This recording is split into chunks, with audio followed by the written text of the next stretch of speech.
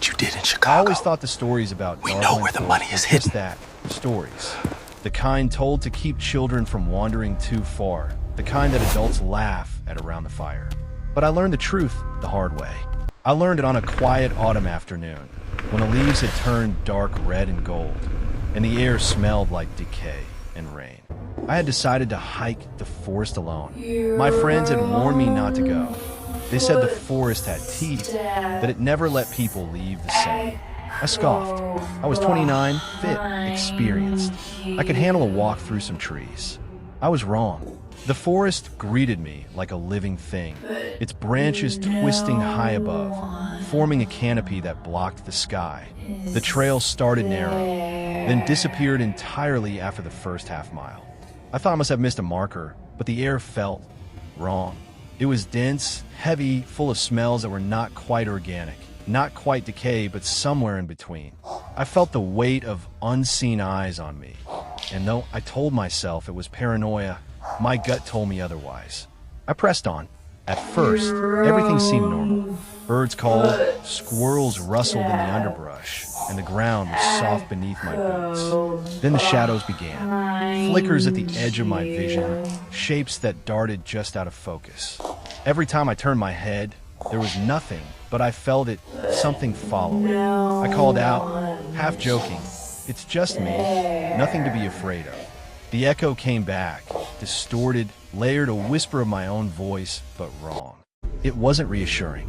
It made my stomach twist. I continued, telling myself the forest was playing tricks on my mind. But the further I went, the more unnatural it became. The trees leaned inward, branches knotting together in patterns that seemed deliberate. Roots shifted under my feet, curling like fingers. And the shadows, always the shadows. I could feel one following me, just behind, keeping pace. I tried to quicken my steps, and it quickened too. I stopped. It stopped. My flashlight flickered. When it came back, I saw something I'll never forget. A figure, tall, thin, featureless, standing just behind a tree. It didn't move, but I felt it there, waiting. I panicked and ran. Mud and leaves flew underfoot. Roots snagged at my boots, but I didn't care. Every step echoed unnaturally, repeating in my ears, overlapping with other sounds. Footsteps, laughter, whispers. I felt hands brush past my shoulders, cold, clammy, though no one was there. The forest itself seemed alive, closing in, pressing me toward some center I could not see. I tripped and fell into a shallow ditch, mud filling my mouth. And then I heard it, my name. Soft at first, barely audible, then louder, insistent, coming from every direction. I scrambled upright, spinning in circles, heart hammering. "Who's there?" I shouted. No answer, just the whispering, repeating my name, calling me further in. I tried to turn back, but the forest had changed. The trail I came in on was gone. Trees crowded and impossibly close, forming walls. The air felt thicker, and with every step, I sank slightly, as if the forest wanted to hold me, pull me down. Hours, or maybe minutes, passed. Time had no meaning. The shadows grew longer, darker. Shapes emerged in the fog. People, or what had once been people, frozen mid-step, twisted, faces twisted in silent screams. I wanted to run to them, to help them, to reach them, but they dissolved before I could. Every path led me deeper, and the whispers never stopped. "Come closer," they urged. "You can't leave." I realized then that I had lost control. This forest was not a place. It was a predator, and I was prey. The real horror came when I realized I was not alone in the way I thought. Not just shadows, not just whispers. Something was walking behind me, always behind me. Every time I looked over my shoulder, nothing, but I felt it, a presence pressing close, cold, and patient. My flashlight beam cut through the fog, showing nothing, but the instinct in my chest screamed that I was being hunted. I stumbled over a root, fell hard, and when I looked up, I saw it. The shadow. Closer now. Its edges indistinct, but it was definitely there, taller than a man, hunched slightly, watching, waiting. I ran blindly. Fog thickened, trees twisted in ways that made no sense. I heard my own screams echo back, layered, multiplied. The shadow stayed behind me, gliding effortlessly, never faltering. I tried to hide, ducking behind trees, crawling into the underbrush, but it moved too fast, always watching, always behind. And then the whispers joined it, rising in a chorus, chanting my name, telling me things I could not understand, things that made my mind fracture. Eventually, I found a clearing, or at least I thought it was a clearing. The ground was soft, almost like it was breathing. The shadow emerged there fully, a massive, featureless form that seemed to pulse with darkness. Roots and branches reached for it from all sides, bending unnaturally. I froze, terrified beyond reason, realizing that I could not outrun this. The forest itself abated, and then it whispered, not my name, not words I recognized, just a single, endless sigh that carried every sorrow, every fear, every hidden thought I had ever had. I tried to scream, tried to fight, but my limbs wouldn't obey. The shadow approached, slow, deliberate, almost patient. Its form began to shift, to stretch, to imitate me, to mimic my movements. I realized with dawning horror that it was learning me, understanding me, waiting for the moment to consume everything that made me myself. I felt my knees, trembling, unable to stop staring at it. The whispers turned into a voice, my voice, repeating my secrets, my lies, every hidden shame I had buried. I could feel myself unraveling. I blacked out. When I woke, I was lying at the edge of the village, mud-streaked, bleeding, clothes torn. My camera was in my hand. I reviewed the footage. The forest was endless, twisting, alive. And in every frame, the shadow was there, always behind me, always waiting, always learning. My reflection appeared occasionally in the trees, grinning, mocking, not me, but not entirely separate either.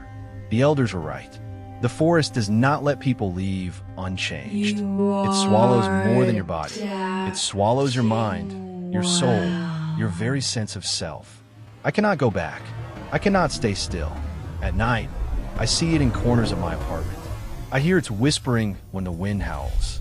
And deep inside, I know it will wait for me again the next time I step too close to the edge, the next time I wander without caution. It is patient, it is eternal, and it will always be behind me, just beyond sight, just beyond thought. I never should have taken a shortcut through Dargland Forest, but I was late. The bus had left without me, and the streets of the village were already dark, slick with rain. The elders' warnings echoed faintly in my mind, but I ignored them. Ghost stories were for children, they said, and I was 27, practical, grounded. I could handle forest. At least I thought I could. The first step onto the trail felt wrong. The mud was thicker than I expected, sucking at my boots, and the trees loomed closer together, blocking what little moonlight the clouds hadn't swallowed. My flashlight flickered, battery weak despite being new, and I cursed under my breath. I told myself it was nerves. I told myself that stories about people disappearing here were exaggerations.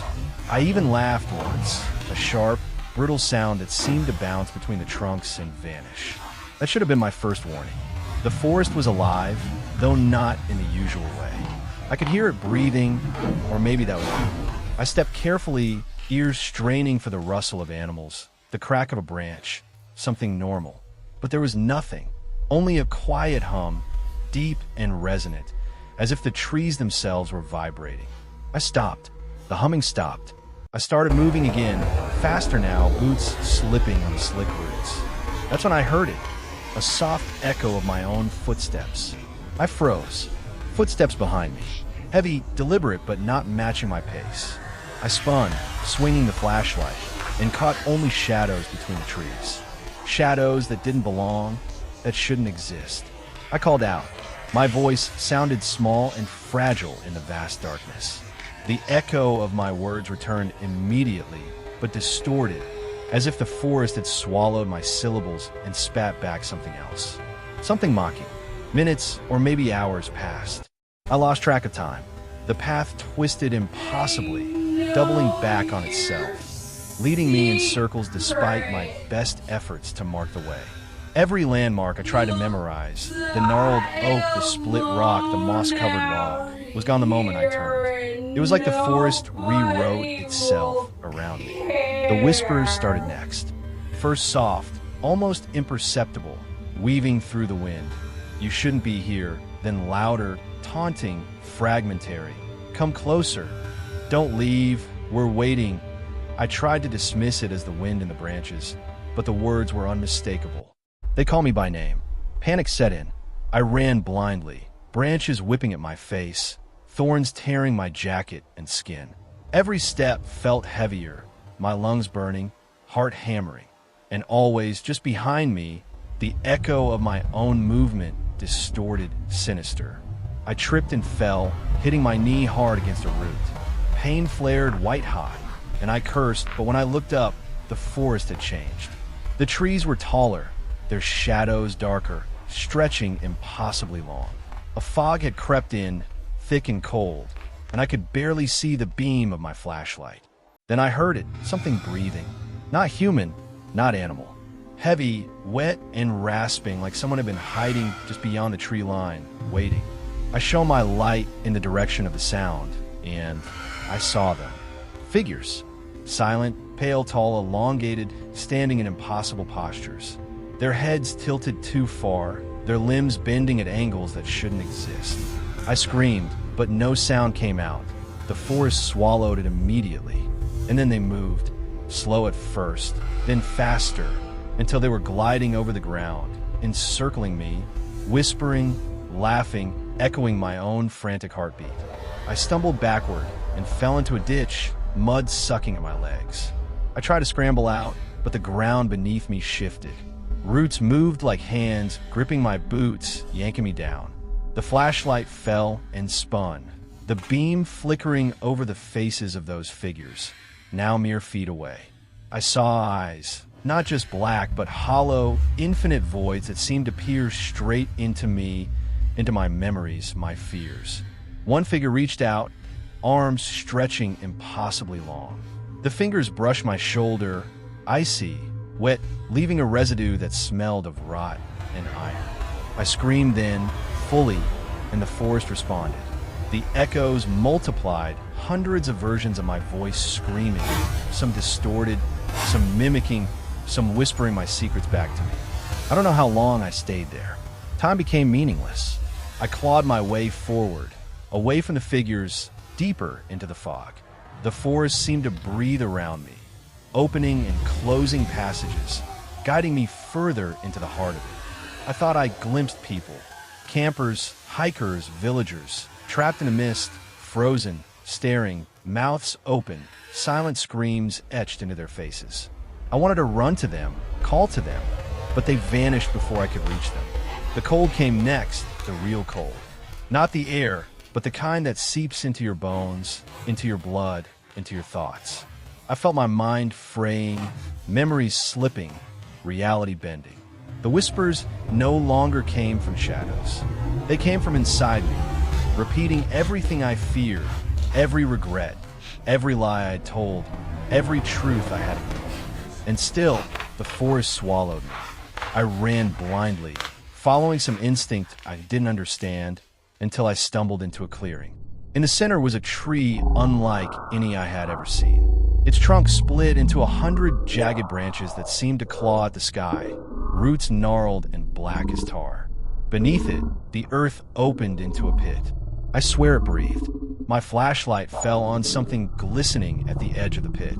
I stepped closer, and I saw them, skeletal, emaciated bodies, eyes wide, hands clawing at the soil as if trying to escape, but the earth held them fast. The pit exhaled a low, wet sound, and I realized it wasn't just a hole.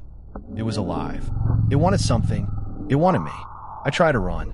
I ran, and the forest shifted again, paths folding in on themselves. I ran until my lungs burned, until I tripped over roots and fell into the mud, until I felt the cold fingers of that forest reaching for me. The last thing I remember before darkness took me was the echo of my own name, whispered over and over, thousands of times from every direction at once. When I woke, I was on the edge of the village, mud-covered, bleeding, my clothes torn. The sun was rising, weak and pale, casting long shadows that made the forest look alive even from a distance. I had no memory of how I got there. I had no idea how long I was gone. My camera was clutched in my hand, still recording, and when I reviewed the footage, I saw what I hadn't remembered. The forest from the inside, endless and twisting, filled with shapes and shadows, and the pit, always there, waiting.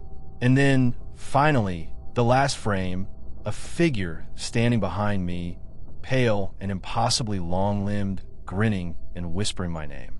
I don't leave my apartment at night. I don't walk alone. I hear whispers when I close my eyes. And sometimes, in the corner of a mirror, in the reflection of a window, I see the forest behind me, waiting for the next step I take, waiting for me to return. I never believed in the old stories about Darglen Forest, the one they said swallowed people whole.